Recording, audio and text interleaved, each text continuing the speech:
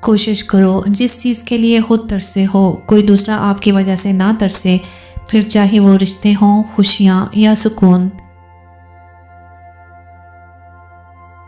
ادب انسان کو اخلاق کی بلندیوں تک لے جاتا ہے، لیکن علم نہیں، کیونکہ علم تو شیطان کے پاس بھی بہت تھا مگر ادب نہیں۔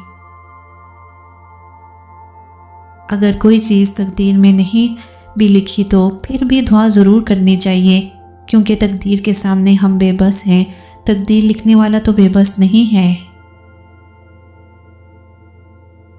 زیادہ اچھا ہونا بھی غلط ہوتا ہے، پتہ ہی نہیں چلتا کہ لوگ قدر کر رہے ہیں یا استعمال۔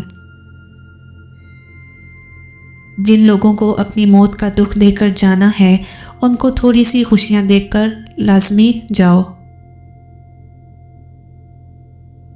انسان کو زمانہ سب کچھ سکھا دیتا ہے، مگر اکثر وہ سبق وقت گزرنے کے بعد سمجھ آتے ہیں۔ میں نے بار بار دیکھا کہ جو دوسروں کے لیے گڑھا کھودتا ہے، سب سے پہلے وہ خود اس میں گرتا ہے۔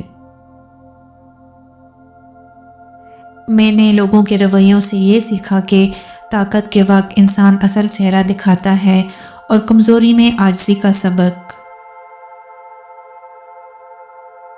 زندگی نے یہی بتایا کہ گناہ دل کو سخت کرتا ہے، نیکی دل کو نرم کر دیتی ہے اور ذکر دل کو زندہ رکھتا ہے۔